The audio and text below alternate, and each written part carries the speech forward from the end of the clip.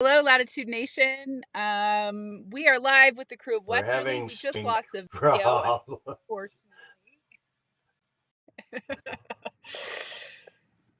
We are going live a little bit early today, hoping that we can get frozen in the middle of the Pacific. I don't know if anybody. This looks like I'm one moving in from my end. It says go. Oh, here we are. Right.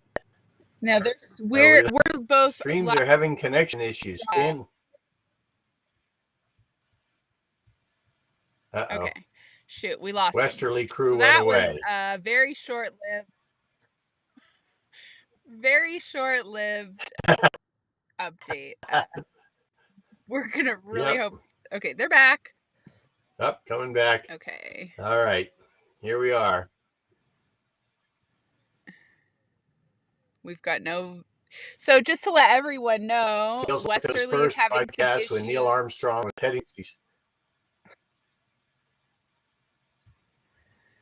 Oh, what a bummer. Well, I was just talking to Dave for a few minutes, so I feel like I got the best end of this by getting a little update.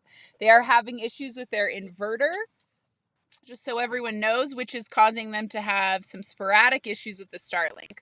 Unfortunately, it was working pretty solid for the last 15 minutes or so, and now it appears that it's not working. So this is almost a repeat of Saturday. Yeah, you and I. So what's going on out there? Uh-oh. Well, looks like a we breeze. got him. Starlink still has. We got it. Oh, it's a battle. It's a battle. We've got Westerly. And look who's here. There you are. Yay! Happy Monday. Everybody's happy Monday morning at work? Sort of. Yeah, happy Monday. So before we talk too much, tell us what's going on. Okay, here's the brief elevator speech. We are about 1,000 miles out. We had a very eventful night. The notorious Pacific debris got us. Had to do a back down early this morning. We did a number. Crew is up all night. The boys are just unbelievably strong and hardy and competent. I'm so lucky to have this fabulous race crew. They are something else, and they worked all night fighting, difficult situation. Finally, this morning at dawn, we did a back down to get the debris off the T-keel, and we're back in business. But it was a really rough night, and the competency of this crew cannot be overstated. Wow. Captain Frankie, there you guys put a happy face on it, buddy. I guess. And then the other thing we needed to give a shout out. Just shout out to the race committee for all the people that put this together, all the people in California and Hawaii.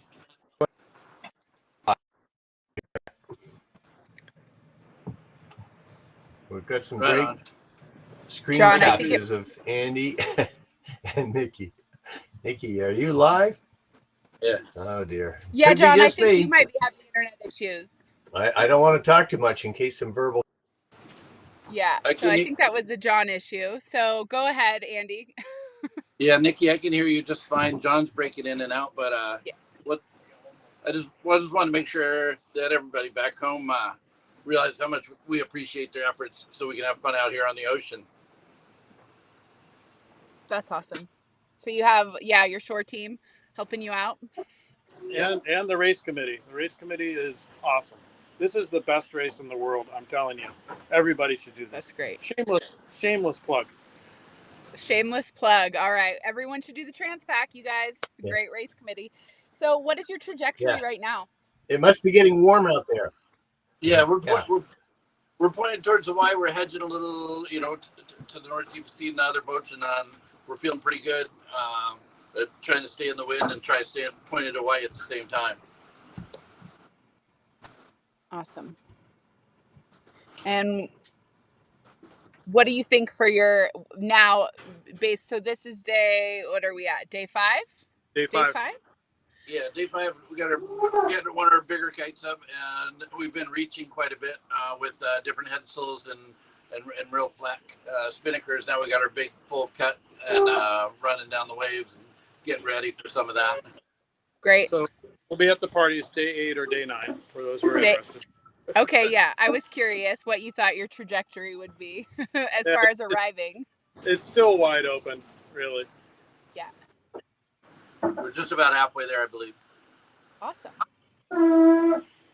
Yeah. Well, you said you had 9 days you're hoping for and 9 good dinners. And if you make it 9, Chris won't have to cook. I'm assuming Chris Bush is lined up as the last cook. Oh, no, he doesn't cook. It's Mr. Dipple, actually. And, of course, Judy Schutz prepared all our food. She did a great job, and we're nobody's losing any weight out here, I'll tell you that much. That's great. Including Andy. Sounds good. And, is you getting falls or what's the weather? Oregon coast. Yeah. It's basically Oregon coast weather with a little bit of warmth. It's gray and foggy, and you'd never think that there was a tropical island out here somewhere. But anyway, it's possible. I'm told that there's someplace warm and sunny that we're going to, but you wouldn't be able to tell it from out here. Can we take a peek outside? Sure, of course. Stand by. You'll see the boys at work, and they are working. Here they are. Mr. Dipple surfing. Come on, continue your surfing. There's our Mr. Dipple and the legendary Chris Bush and Clement on the helm. That's right. There you go, buddy. Clement brings the French influence to our program. So everybody's, yeah. You're leading your sinker sheet around a winch handle. That looks unique.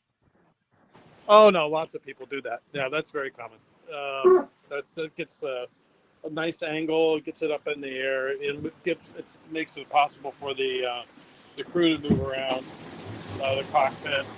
And who knew winch handles could be so useful rather than grinding winches?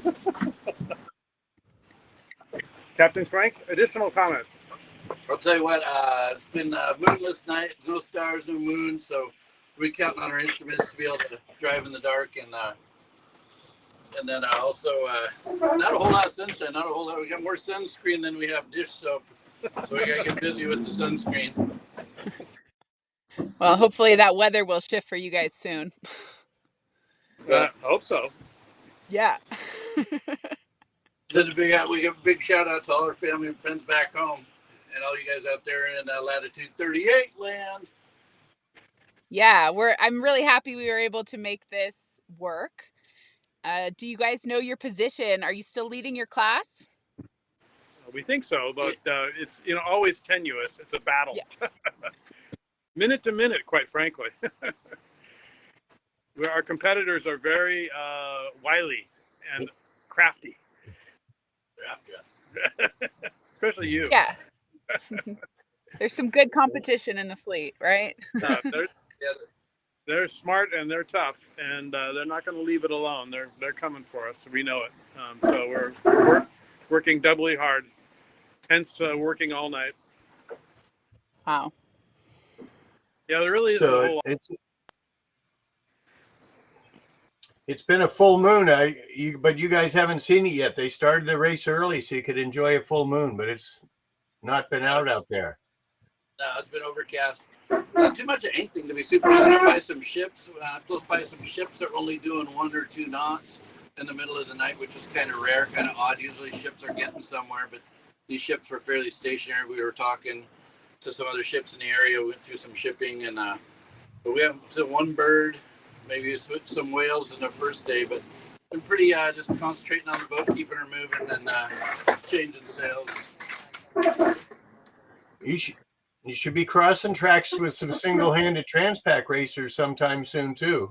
Do you see where they are on your course? No, we don't have them on our Transpac tracker. I don't think we haven't talked about it. Mostly, we're looking out for the Tuesday starters because we think but they're about 100 miles below us to the south of us. So yeah, you're right. Most of our intersects are with ships at this point, and some of them are answering their VHFs, and some of them have their AIS on, and some are completely not. So yeah. Wow. So AIS is not required. Is that right? I don't know what. I would think that legitimate commercial traffic would have AIS and VHF 16 on 24/7. But Yeah. there's some stuff out here, John. Needs to be investigated. Oh yeah. I You're think thinking so. fishing fleets or other mysterious things. We don't know what they are. Just there's stuff. So anyway, yeah, I'll put that out there. Captain Frank? Yeah, thanks. What are we back in? 2 more days, we're back in action. Great. Yeah, super. This is excellent being a chance to talk to you guys and share everything out here. But like Dave said, the best thing to do is drag your own boat out here and have some fun out here and battle the elements. Yeah. Well, it's great to give. Thank you for giving our audience a peek. Many of whom have never, sailed that far offshore, or maybe dream of doing a Transpac at some point. So thanks for giving us a window into your world. I think it's really, really cool. You betcha. It's Monday. Should we get back to work now? Enough of this nonsense. It's kind of a holiday weekend. It's 4th of July. Yeah. Have you punched in yet? Are you on my time?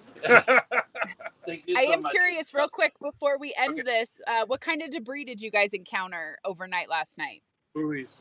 Yeah, it's almost always fishing gear. There's the fishing gear, that polypropylene line, it floats and it lasts really long, and very not uncommon out here to see wads and net and bits of rope and floats and these kinds of things.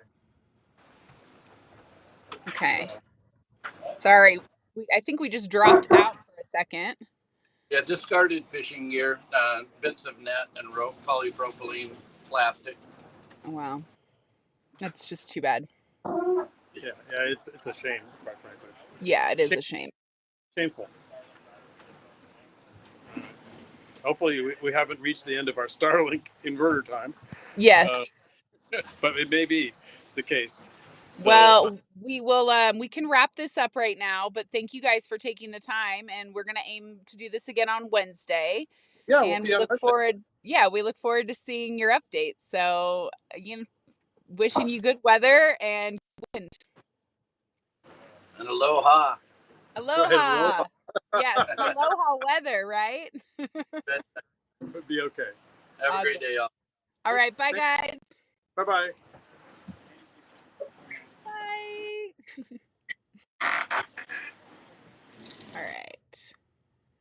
Okay, Latitude Nation, thank you so much for tuning in. I'm going to end this stream now. We are going to aim to come back at 11 on Wednesday. Obviously, the time could change a little bit depending on what's going on with Westerly's Starlink and their inverter. But thanks for tuning in, and we'll see you again.